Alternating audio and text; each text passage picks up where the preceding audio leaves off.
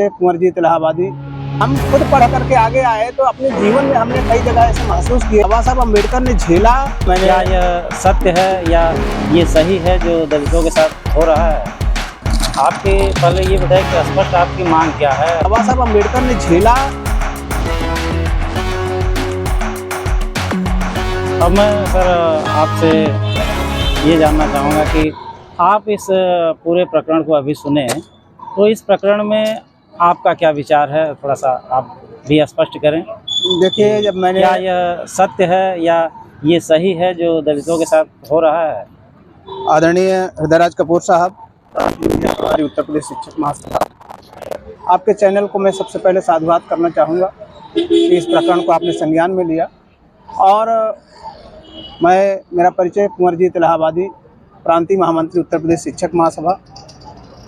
चूँकि हमने जैसे बचपन से हम लोग सुनते आए हैं, किताबों में पढ़ा है कि कुछ किस्से कहानियों के माध्यम से पौराणिक ग्रंथों में चर्चा होती थी कि कोई एकलव्य था जिसको गुरु द्रोणाचार्य जी ने पढ़ाने से मना कर दिया।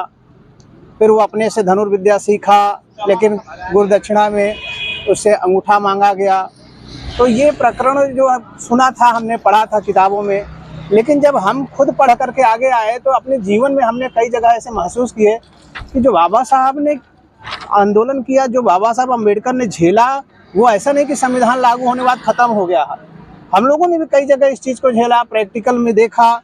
इवन मेरे पास ये 2012 का कॉमन एलिजिबिलिटी टेस्ट पीएचडी का प्रदेश स्तर का मैंने प्रवेश परीक्षा उत्तीर्ण किया था। ये संस्कृत विषय से है। मैं इंटर कॉलेज में लेक्चरर हूँ, लेकिन मुझे उस समय जहाँ तक मेरी पहुँच थी, कोई गाइड नहीं मिला संस्कृत विषय होने के कारण कि मेरा पीएचडी हो सके। तो ये पीड़ा मेरे अंदर रह गई थी कि काश अगर हमें भी मौका मिलता पीएचडी करने का, आगे हम लोगों का भी समाज के लिए कुछ कर पाते। आज जब हमने शिवम सोनकर जी को इस स्थिति में देखा तो मुझे अपनी पीड़ा इनके थ्रू फिर से जागृत हुई। मुझे लगा कि समाज को शिवम सोनकर के साथ अगर न्याय नहीं मिल रहा है तो समाज में आने वाली पीढ़ी में, चाहे बाबा साहब अम्बेडकर से लेकर अब तक, बहुत कुछ इस देश में बदला नहीं है। न्याय संगत जो भी है, संविधान के तहत शिवम सोनकर जी का हक बनता है तो इनको मिलना चाहिए। उत्तर प्रदेश शिक्षक महासभा यही चाहती है, हम साथी यही चाहते हैं, इसलिए हम इनके समर्थन में आए। बहुत धन्यवाद सर। तो साथियों, आप देख रहे हैं कि बड़ी बड़ी यूनिवर्सिटियों में कैसे जो है कि दलितों के साथ अन्याय होता है, उनके साथ भेदभाव होता है और उन्हें शिक्षा से वंचित किया जाता है या डिग्री लेने से वंचित किया जाता है।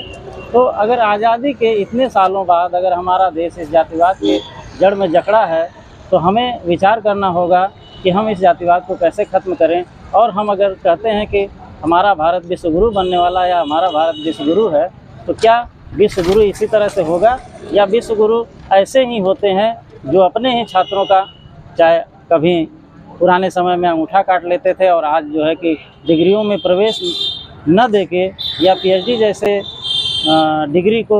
डिग्री में प्रवेश से वंचित कर क्या वह विश्वगुरु बनाना चाहते हैं?